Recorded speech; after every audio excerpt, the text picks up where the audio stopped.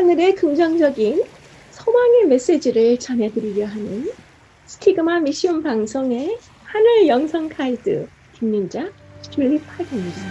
여러분 오늘 행복하고 감사한 하루 되세요. 고맙습니다.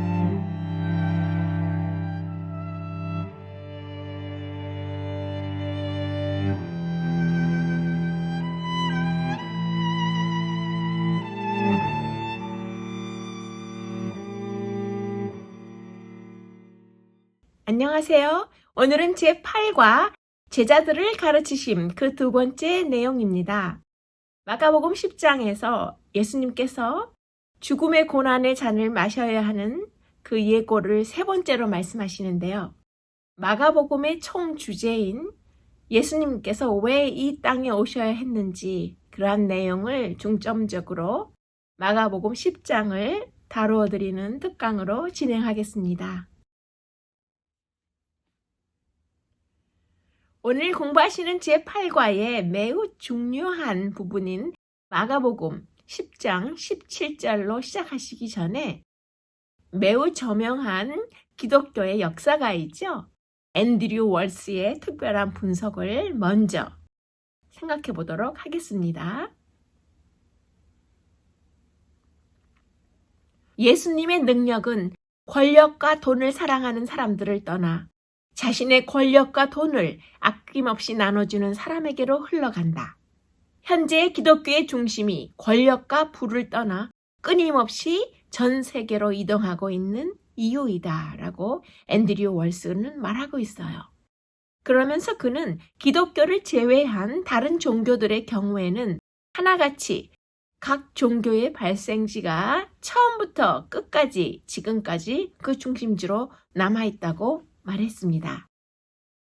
이슬람교는 아라비아의 메카에서 시작되었고 지금도 중동이 이슬람의 중심지로 남아있지요.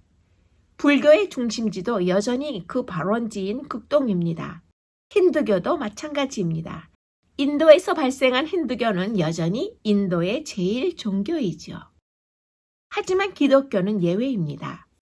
기독교의 중심지는 특이하게도 끊임없이 전 세계를 이동하거나 순례하고 있는 것입니다. 원래 기독교의 중심지는 예루살렘이었지만 이후에는 미개인의 문명 취급을 받던 이방의 헬라, 지중해 세계의 이집트의 알렉산드리아나 북아프리카 혹은 로마로 이동하여 수세기 동안 기독교의 중심지의 상태를 유지했던 것을 역사적으로 할 수 있습니다. 그러다가 또 다른 미개인 취급을 받았던 북유럽인들, 즉 프랑크족이나 앵글로색슨족이나 켈트족이 기독교 신앙을 열렬히 받아들였습니다. 그리하여 얼마 있지 않아 북유럽은 새로운 기독교의 중심지로 부상했지요.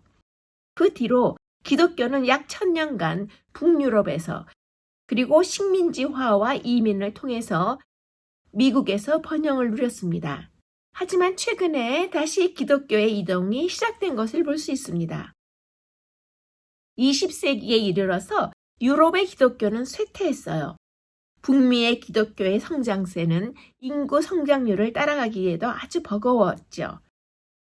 반면에 남미와 아시아와 아프리카의 기독교 성장세는 인구 성장률의 10배에 달할 정도로 특별한 성장세를 기록했습니다.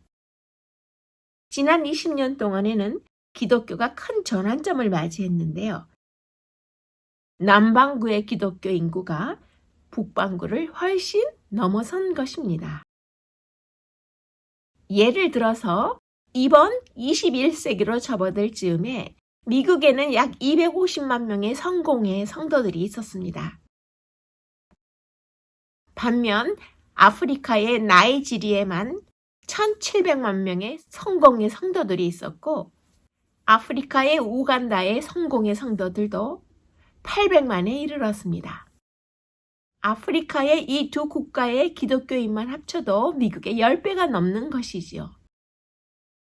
1900년대만 해도 아프리카의 기독교 인구는 1%이 지나지 않았지만 지금은 기독교인이 아프리카 인구의 거의 절반을 차지하고 있습니다.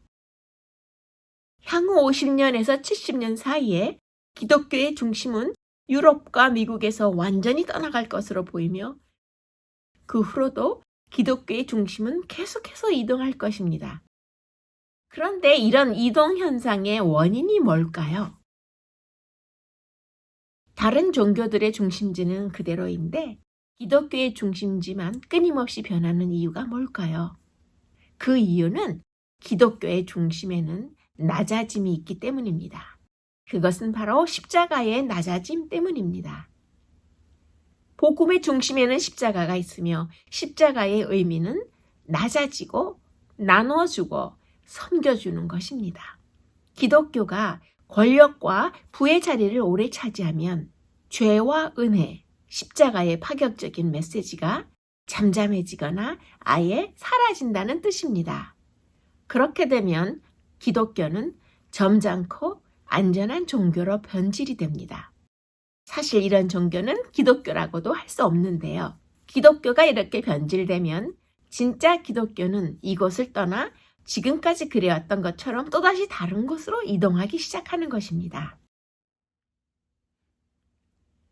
기독교의 중심이 권력과 부를 떠나서 끊임없이 이동하는 그런 드라마틱한 현상은 마가복음의 10장 17절이 그 이유를 설명해 주는 것 같습니다.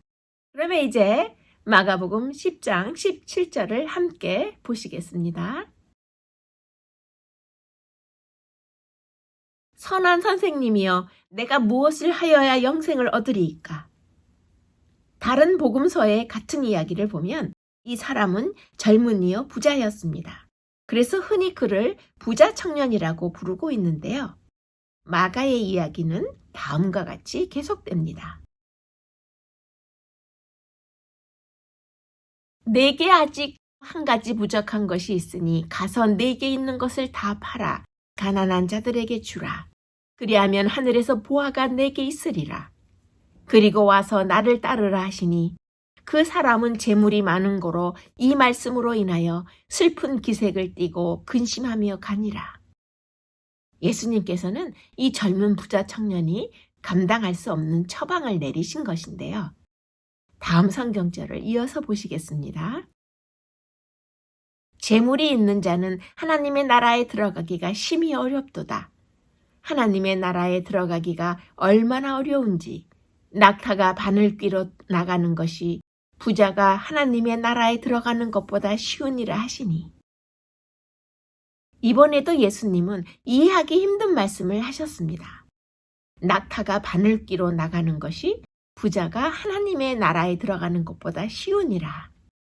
이 말씀은 예나 지금이나 많은 논쟁을 일으켜 왔는데요. 수세기 동안 사람들은 이 말씀을 갖고 갑론을박을 벌여왔지만 사실은 말 그대로 바늘귀를 말하는 것이 아니라 달리 해석할 수도 있다라고 생각하는 사람들도 있었어요. 예수님 시대에 예루살렘 성벽에는 아주 좁은 문들이 있었는데요. 그곳으로는 낙타가 통과하기 힘들었고 특히 무거운 짐까지 싣고 나면 그야말로 진땀을 뺐지요. 하지만 짐을 내리고 낙타를 열심히 밀면 힘들기는 해도 통과하기가 불가능하지는 않았으므로 예수님 말 그대로 낙타를 말하는 게 아니라 예루살렘 성 안에 있는 그 성벽에 있는 아주 좁은 문들을 이렇게 말한 것이다 주장하는 사람들이 있었지요. 반면에 또 다른 사람들은 예수님이 사용하신 언어인 아람어의 발음의 혼동 때문이라고 주장하기도 합니다. 아람어에서는 바늘과 실을 말하는 그 실이라는 단어와 낙타의 발음이 아주 비슷해서 예수님은 실이 바늘길을 통과하기가 아주 어렵다고 말씀하신 것으로 실제로는 실에 침을 묻혀 정신을 집중하면 바늘귀에 넣기가 불가능하지는 않다라고 주장하는 사람들도 있을 수 있었겠습니다마는 둘 다 비약에 불과한 것일 수 있고요. 우리는 예수님 말씀이 문자 그대로를 의미한다고 생각해 볼 수 있습니다.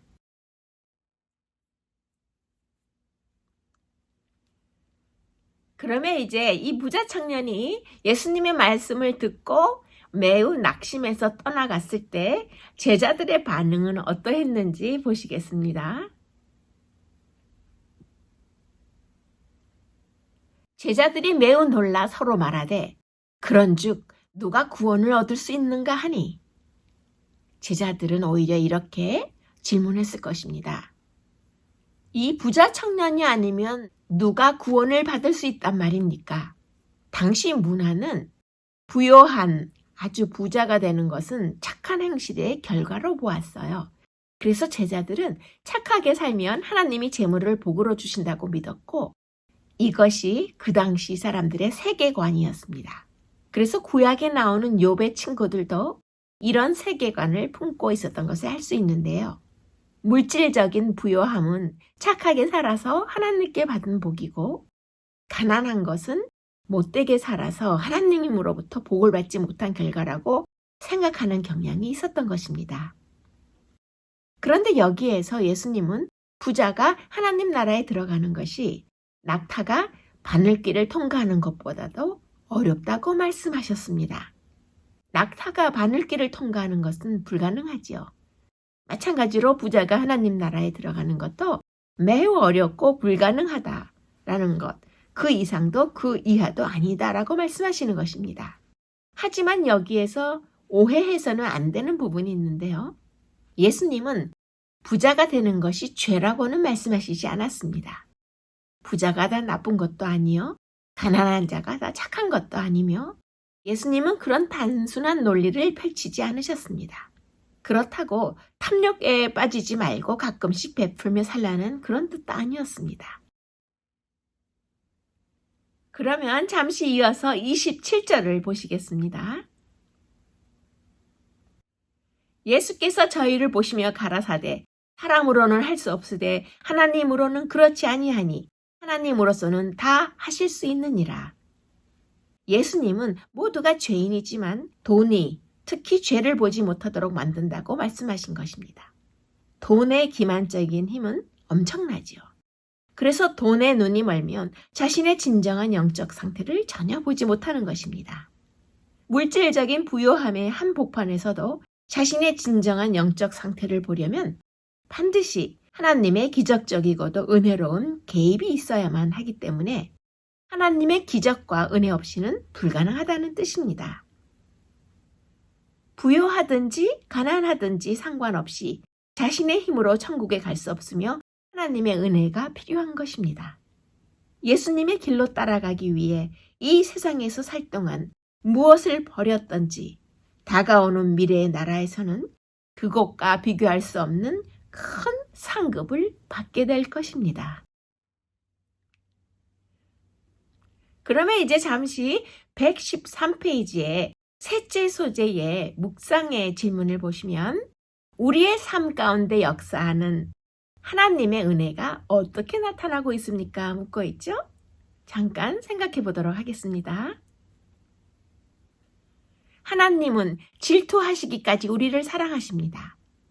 하나님과 우리 사이에 막힌 것이 있어서 도무지 그분의 사랑이 전달되지 않으면 질투하시는 하나님께서는 그냥 두지 않으십니다. 하나님의 사랑은 우리를 끝까지 붙잡는데요. 내가 하늘 끝까지 갈지라도 하나님은 쫓아오시고 내가 저 지옥 깊숙한 밑바닥까지 내려가 자리를 깔지라도 하나님은 그곳까지 쫓아오시는 것입니다. 하나님의 영을 피해 도망갈 곳은 이 세상에 아무 곳에도 없습니다. 이것이 우리 삶 가운데 역사하시는 하나님의 열정적인 은혜와 불변하시는 사랑이라고 생각합니다. 그러면 같은 113페이지 셋째 소재의 적용의 질문에서 내 자신에게 하나님보다 더 소중한 것이 있다면 그것이 무엇일까요? 라고 묻고 있습니다. 굉장히 중요한 적용의 질문이죠?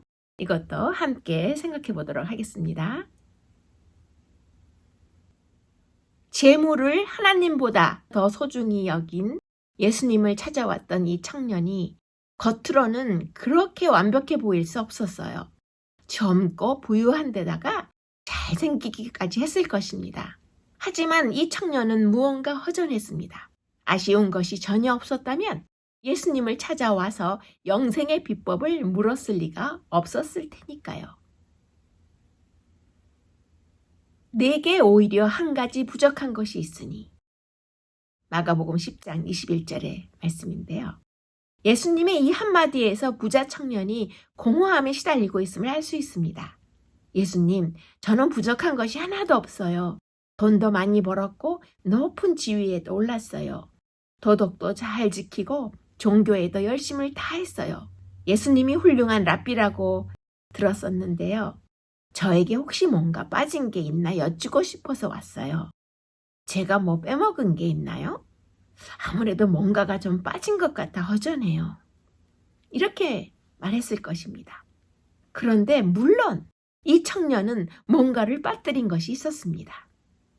행위로 영생을 얻을 수 있다고 착각하는 사람은 아무리 대단한 성공을 거두었어도 마음속에 공허함과 불안감과 의심에 시달릴 수밖에 없습니다. 우리 힘으로는 아무리 똑바로 살아도 어딘가 모르게 불완전하게 느끼기 마련이기 때문입니다. 그런데 예수님의 주문은 너무나 뜻밖입니다. 예수님께서 먼저 잽을 날리신 것인데요. 내가 어찌하여 나를 선하다 일컫느냐? 하나님 한 분 외에는 선한 이가 없느니라. 이렇게 말씀하신 것이죠. 그런데 이것은 왜 나를 선하다고 하느냐라고 말씀하시면서 나는 선하지 않다라고 뜻하신 것이 아니지요. 예수님께서 이렇게 말씀하신 그 속뜻은 나를 한낱 랍비로 생각하고 와서는 어찌 선하다고 하느냐. 내가 생각하는 선과 악의 개념은 문제가 많다라고 말씀하시는 것입니다. 예수님께서 날리신 이 잽에 청년은 턱이 얼얼할 만큼 세게 얻어맞은 것 같았을 것입니다. 하지만 예수님은 여기서 멈추지 않으시고 곧 이어서 카운터 펀치까지 더 세게 날리시는데요. 예수님은 청년이 계명을 철저히 지키고 도덕적인 삶을 살았다는 점은 분명히 인정하셨습니다. 그런데 예수님은 이제 더 나아가 한 가지를 더 해야 한다고 말씀하신 것인데요. 가서 너에게 있는 것을 다 팔아서 가난한 자들에게 주라. 그리하면 하늘에서 보화가 내게 있으리라. 그리고 와서 나를 따르라 라고 말씀하신 것입니다. 하나님과 친밀해지고 싶으냐? 허전한 느낌에서 벗어나고 싶은가? 정말로 영생을 얻고 싶은가? 그렇다면 내가 받은 인생의 선물을 지금과는 다르게 사용해야 한다. 여태껏 너는 좋은 것들을 잘못 사용해왔다. 그 점을 회개해야 한다라고 예수님께서 지금 여기에서 확실하게 설명하고 계시는 것입니다. 하나님을 리더요, 도덕 선생으로만 삼는다면 모르지만 하나님을 구세주로 삼고 싶다면 현재의 구세주를 버려야 합니다. 모든 사람들이 각기 다른 구세주를 갖고 있습니다. 나의 구세주는 무엇입니까? 돈인가요? 하나님인가요? 예수님의 처방에 청년은 어떤 반응을 보였습니까? 슬픈 기색을 띠고 근심하며 떠나갔다라고 했습니다. 예수님이 모든 재산을 포기하라고 하자 청년은 비탄에 잠겨 떠나갔습니다. 이 부자 청년에게는 돈이 전부였기 때문이지요. 부자 청년에게 돈을 잃는 것은 곧 자신을 잃는 것이나 다름없었습니다. 자신의 도덕성에 소망을 두었다면 속히 회개해야 합니다. 인간의 도덕성은 오히려 십자가를 이해하지 못하도록 방해하는 요인일 뿐이기 때문입니다. 예수님을 찾아온 부자 청년의 문제점은 재물이라기보다는 도덕성입니다. 이 청년은 자기 나름대로 도덕성을 갖추었기 때문에 하나님의 은혜는 필요 없다고 생각했습니다. 하지만 모든 크리스찬은 자신의 도덕성으로는 구원받을 수 없습니다. 아무리 착하게 살아도 스스로를 구원할 수 없는 것입니다. 인생의 좋은 것들을 하나님의 자리에 놓았다는 사실을 회개해야 합니다. 하나님과 친밀해지고 싶은가요? 뭔가 허전한 느낌에서 벗어나고 싶은가요? 그렇다면 하나님을 전심으로 사랑해야 합니다. 그럼 이제 잠깐 시편 37편을 보시겠습니다. 여호와를 의뢰하여 선을 행하라.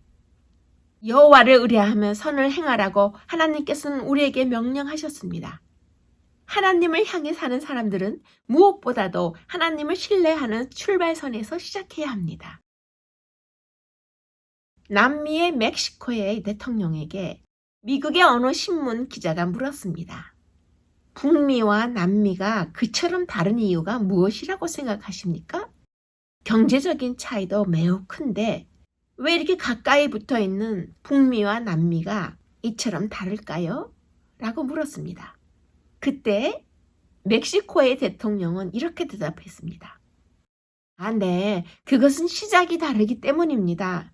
북미의 청교도들은 갓, 하나님을 찾으러 왔고 남미의 에스파냐, 스페인 사람들은 골드, 금을 찾으러 왔습니다. 하나님을 찾으러 갔던 청교도들은 하나님도 만나고 금도 가졌지만 금을 찾으러 갔던 사람들은 금도 놓치고 하나님도 놓쳤습니다. 먼저 하나님을 찾아갔던 미국의 청교도들은 자신들이 쓰던 달러 돈의 그 지폐의 뒷면에 이런 글자를 새겼습니다. In God we trust. 이것이 바로 청교도들의 하나님을 신뢰한다는 공식적인 신앙 고백이었고 그들은 큰 축복을 받게 되는 것입니다.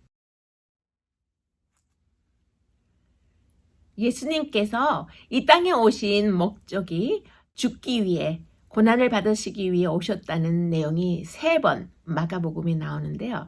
특별히 오늘 배우시는 이 제8과에서는 그 3번째로 예수님의 죽음의 고난의 잔을 마가복음 10장에서 언급하고 있는데요.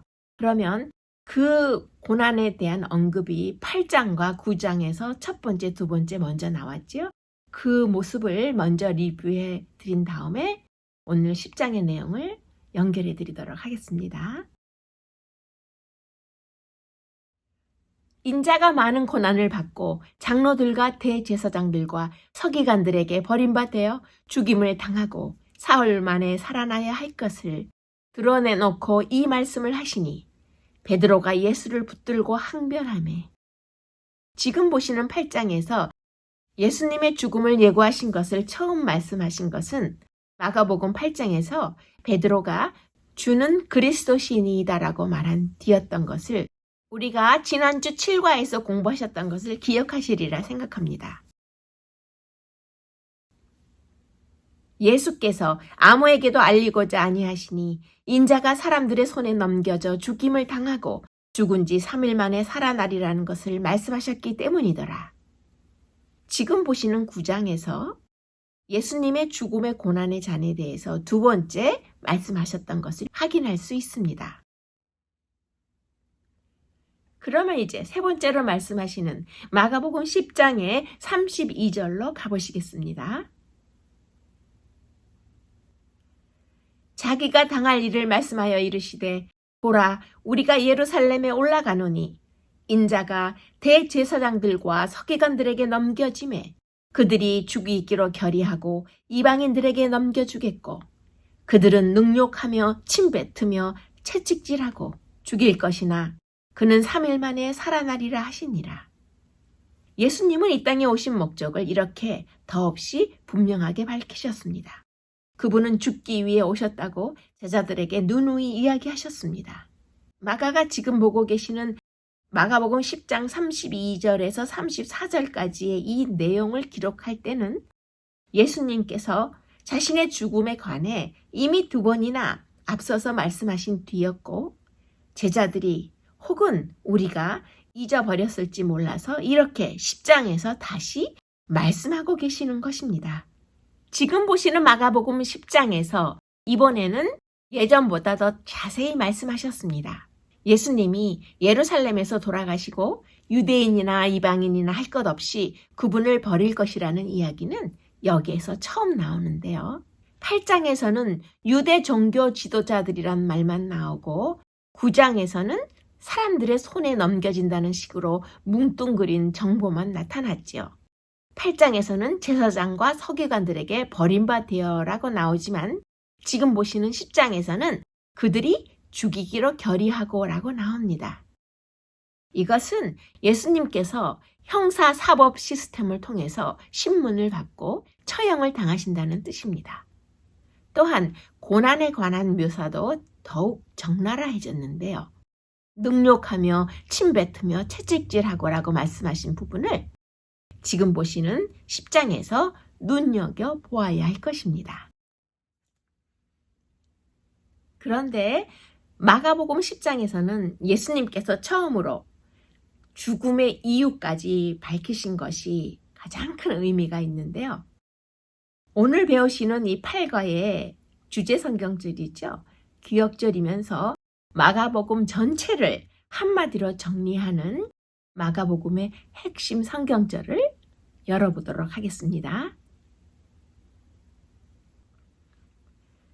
인자가 온 것은 섬김을 받으려 함이 아니라 도리어 섬기려 하고 자기 목숨을 많은 사람의 대속물로 주려 함이니라. 자기 목숨을 많은 사람의 대속물로 주려 함이라는 표현은 예수님이 돌아가셔야 하는 이유를 요약한 문장입니다. 죄는 모른 채 한다고 없어지는 것이 아닙니다. 그냥 용서할게 라고 말한다고 해서 죄가 사라지거나 회복되지 않습니다. 죄는 반드시 대가를 치러야 합니다. 그것도 비싼 대가를 치러야 하는데요.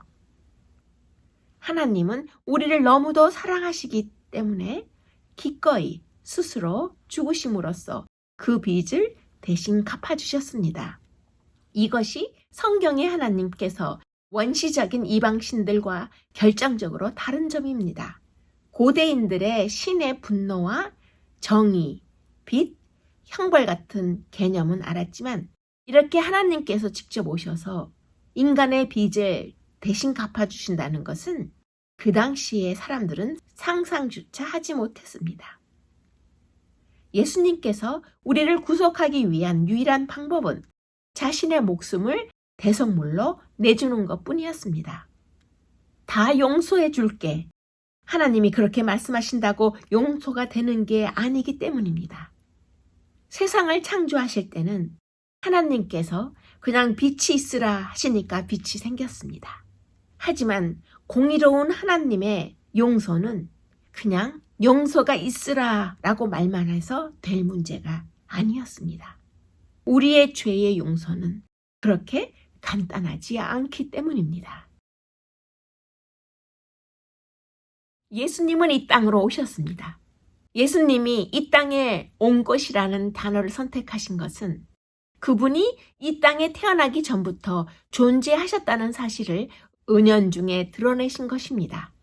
섬김을 받으려 함이 아니라 라는 말씀에는 예수님이 원래 누구보다도 섬김을 받을 권리가 있지만 그 권리를 주장하지 않으셨다는 전제가 깊이 깔려 있는 것입니다. 예수 그리스도는 섬김을 받기 위해서가 아니라 자기 목숨을 내주기 위해서 이 땅에 오셨습니다. 이것이 예수님은 다른 모든 종교의 창시자와 결정적으로 다른 점입니다. 다른 모든 종교 창시자들의 목적은 모범적으로 사는 것이었습니다. 하지만 예수님께서 오신 목적은 희생 제물로 죽는 것이었습니다. 대속물이 무엇인가요? 대속물에 해당하는 헬라어 루트론이란 단어는 노예나 죄수의 자유를 사는 것을 뜻합니다. 노예나 죄수에게 자유를 사주려면 막대한 비용을 치르거나 그 빚을 대신 갚아주어야 했습니다. 예수님께서는 이런 우리의 몸값을 치르기 위해 이 땅에 오셨습니다. 하지만 예수님이 해결하려는 노예 상태는 우주적인 악이었기 때문에 우주적인 몸값이 필요했습니다. 너희가 치를 수 없는 몸값을 내가 치르겠다. 너에게 자유를 내가 사주겠다라고 말씀하시면서 예수님은 그렇게 십자가로 걸어가신 것입니다. 예수님은 마가복음 8장에서 10장까지 단 3장 안에 자신의 죽음을 3번이나 언급하셨습니다. 이것은 예수님께서 자기 자신의 죽음을 부수적인 사건이 아니라 예수님께서 이 땅에 오신 사명에서 가장 중요하고도 핵심적인 사건으로서 이 땅에 오신 단 한 가지의 절대적인 이유로 강조하고 계시는 것입니다. 하나님은 세상을 순식간에 창조하셨으며 그 과정은 매우 아름다웠습니다. 하나님은 십자가 위에서 세상을 재창조하셨으며 그 과정은 매우 끔찍했습니다. 진정으로 변화를 일으키고 구원하는 사랑은 언제나 대속의 희생을 수반하기 때문입니다. 예수님의 죽음이 세 번째로 이렇게 예고되는 너무나도 엄숙한 순간에 미처 생각지 못한 매우 실망스러운 상황이 제자들 사이에서 발생하는데요. 그러면 마가복음 10장 37절로 가보시겠습니다. 여짜오되 주의 영광 중에서 우리를 하나는 주의 우편에 하나는 좌편에 앉게 하여 주옵소서. 예수께서 이르시되 너희는 너희가 구하는 것을 알지 못하는도다. 내가 마시는 잔을 너희가 마실 수 있으며 내가 받는 침례를 너희가 받을 수 있느냐. 예수님께서 충분히 여러 번 말씀하셨으니 이제는 제자들이 예수님께서 고난을 받으시고 돌아가셔야 하는 이유를 이해하지 않았을까요? 하지만 이 이야기를 보면 제자들은 아직도 이해하지 못한 게 분명합니다. 야고보와 요한을 비롯한 제자들은 예수님의 임박한 그리고 필연적인 죽음에 관한 이야기를 최소한 3번은 들었습니다. 그런데도 야고보와 요한은 예수님께 지금 이렇게 어리석은 요청을 하고 있는 것입니다. 구제불능의 인간의 모습을 적나라하게 보여주는 한심한 순간이라 아니할 수 없습니다.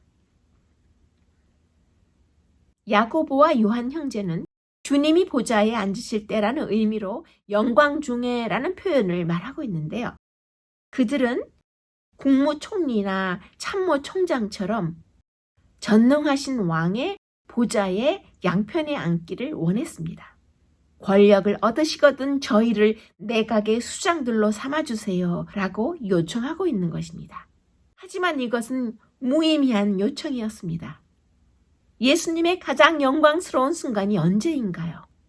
예수님이 어디에서 하나님의 정의의 영광을 가장 분명히 드러내셨는가요? 예수님께서 어디에서 하나님의 사랑의 영광을 가장 충만하게 드러내셨는가요? 그곳은 바로 십자가 위에서입니다. 예수님께서 가장 영광스러운 순간을 맞을 때 그분의 우편과 좌편에 누군가가 있었습니다. 하지만 그들은 제자들이 아니라 십자가 처형을 당한 범죄자들이었습니다. 그래서 예수님께서는 야고보와 요한에게 나의 좌편과 우편에 있고 싶다는 그 말이 무엇을 의미하기는 알기나 하고 그런 부탁을 하는 것이냐? 라고 지금 묻고 계시는 것입니다.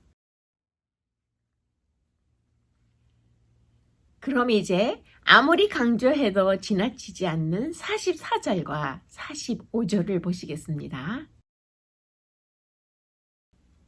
너희 중에 누구든지 크고자 하는 자는 너희를 섬기는 자가 되고 너희 중에 누구든지 으뜸이 되고자 하는 자는 모든 사람의 종이 되어야 하리라. 인자가 온 곳은 섬김을 받으려 함이 아니라 도리어 섬기려 하고 자기 목숨을 많은 사람의 대속물로 주려 함이니라.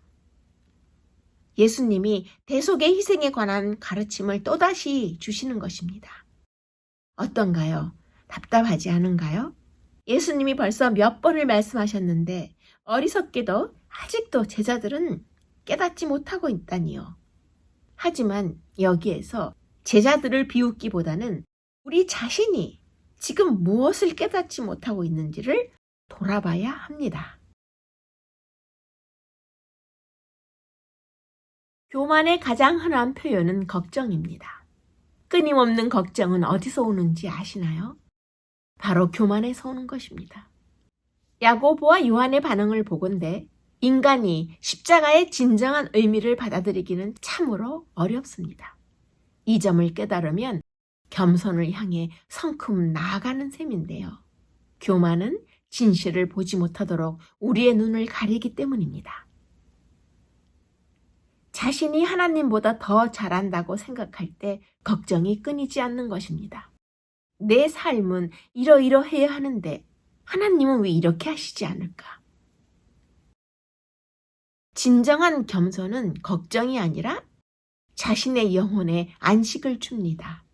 진정한 겸손은 자신을 비웃을 줄 아는 것입니다. 진정한 겸손은 자기를 비판할 줄 아는 것입니다. 십자가는 우리 마음속에 이런 종류의 겸손을 심어주는 것입니다. 십자가를 진정으로 아는 순간 우리는 더없이 겸손해질 수 있습니다. 사람들은 남들 위에 군림하려고 합니다. 사람들은 권력과 통제를 추구합니다. 힘과 부와 연줄이 있어야 자기 뜻을 이룰 줄 압니다. 그런데 하나님은 이렇게 말씀하시는 것입니다. 권력을 통해 영향력을 얻으려는 것은 어리석은 짓이다. 권력을 통해 얻은 영향력으로는 사회를 진정으로 변화시킬 수 없다. 너희는 전혀 다른 방법을 써야 하는데 주변 사람들에게 희생적인 사랑을 퍼부으라. 진정한 영향력은 남들에게서 빼앗는 것이 아니라 남들이 자발적으로 주는 것입니다. 이런 영향력의 모델은 누구일까요? 물론 예수님 자신이십니다. 예수님은 적들을 어떻게 대하셨는가요? 천군 천사를 보내서 공격하셨는가요? 아닙니다. 예수님은 그들의 죄를 위해 돌아가셨고 돌아가시는 순간에도 그들을 위해 기도하셨습니다.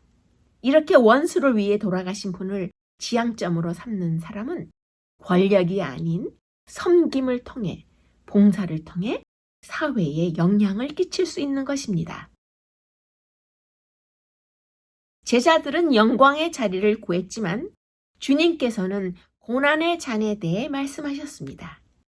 결국 제자들은 고난에 참여하였고 영광의 하나님의 나라가 임할 때에 주께서 예비한 영광의 처소에 그들은 모두 들어갈 것입니다. 이제 우리가 착한 일을 하는 것은 하나님 앞에 서기 위해서가 아닙니다. 우리의 가치를 증명하기 위해서도 아닙니다. 내 자신의 착한 선행으로 나의 자존감이 조금 높아져 봐야 뭐 하겠습니까?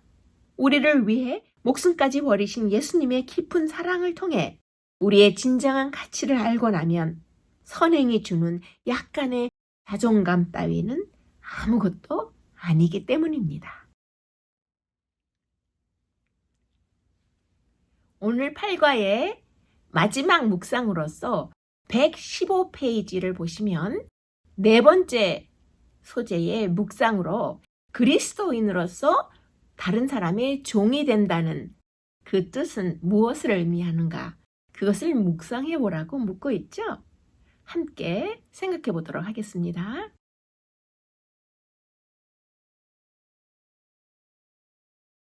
히브리어 에벳이라는 이 단어는 문맥에 따라서 슬레이브, 노예라는 뜻의 영어 단어로 번역되기도 하고 servant, 종이라는 뜻의 영어 단어로 번역되기도 합니다. 신약 성경의 헬라어 단어인 둘로스라는 단어도 마찬가지로 종, servant 혹은 노예, 슬레이브라는 단어로 두 가지 뜻으로 번역되는 것을 볼 수 있습니다. 섬길 것을 강요받는다면 우리는 노예입니다. 그러나 그 섬김이 강요가 아니라 우리 선택에 의한 것이라면 우리는 종인 것입니다. 이것이 노예 슬래브와 종 서번트의 차이입니다. 따라서 섬기는 것을 강요받은 노예가 아니라 우리가 섬기는 것을 우리 선택에 의해서 하는 것이라면 우리는 행복하고 자랑스러운 종이 되는 것입니다. 슬래브와 서번트의 차이를 확실히 인식하는 것이 매우 중요합니다. 성경을 배운 사람들에게 종은 언제나 자신에게 주어진 정체성입니다. 우리는 하나님을 섬깁니다. 하나님이 우리를 섬기는 것이 아닙니다. 하나님이 명령하시고 우리가 섬겨야 할 조건들을 제시하시고 우리는 그것을 수행합니다. 하나님은 선하고 자비로운 주인이시지만 하나님께서 우리를 섬기지는 않습니다. 선한 종은 하나님을, 지금 여기에 계시는 하나님, 여호와를 언제나 인격적이고 현존하신 주권자로서 신뢰하고 순종하며 그분께 영광을 돌리고자 늘 간절히 바라는 사람입니다. 하나님의 방식은 언제나 종을 사용하시는 것이었습니다. 아무런 입지도 업적도 영향력도 없는 남녀들인 모든 종들을 하나님은 사용하시는 것입니다.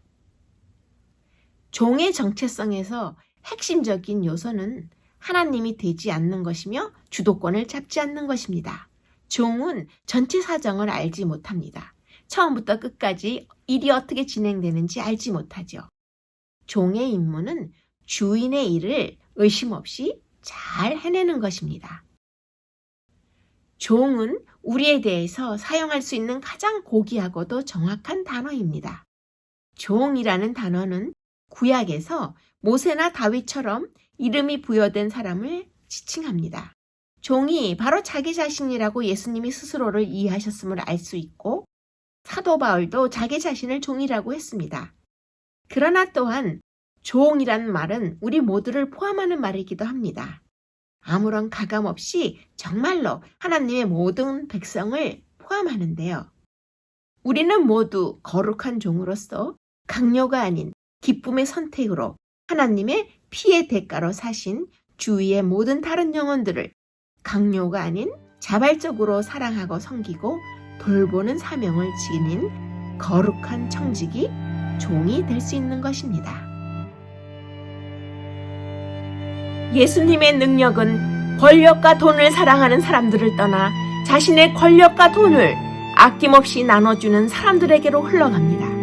현재 기독교의 중심이 권력과 부를 떠나 세계 곳곳을 끊임없이 이동하고 있는 이유입니다. 여러분의 구세주는 돈인가요? 하나님인가요? 하나님을 구세주로 삼고 싶다면 현재의 나의 구세주를 버려야 합니다. 복음의 중심에는 십자가가 있으며 십자가의 의미는 낮아지고 나누어주고 섬겨주는 것입니다. 교만의 가장 흔한 표현이 걱정입니다. 끊임없는 걱정은 교만에서 오기 때문입니다. 십자가를 진정으로 아는 순간 우리는 더없이 겸손해질 것입니다. 예수님은 하나님의 사랑에도 불구하고 돌아가셔야만 했던 것이 아닙니다. 예수님은 하나님의 사랑 때문에 돌아가셨던 것입니다. 예수님께서 마가복음에서 자신의 죽음을 3번이나 언급하신 것은 자신의 죽음을 자신의 사명에서 가장 중요하고 핵심적인 사건으로 강조하신 것입니다. 하나님은 세상을 순식간에 창조하셨고 그 과정은 매우 아름다웠습니다. 하나님은 십자가 위에서 세상을 재창조하셨으며 그 과정은 매우 끔찍하였습니다. 너희가 치를 수 없는 몸값을 내가 치르겠다. 너에게 자유를 내가 사주겠다.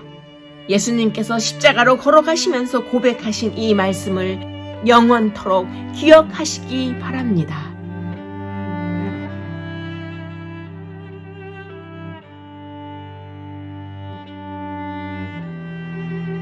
오늘 8과에서 함께 공부해 주셔서 감사합니다. 다음 주 제9과에서는 새로운 내용으로 다시 여러분들을 찾아뵙도록 하겠습니다. 고맙습니다.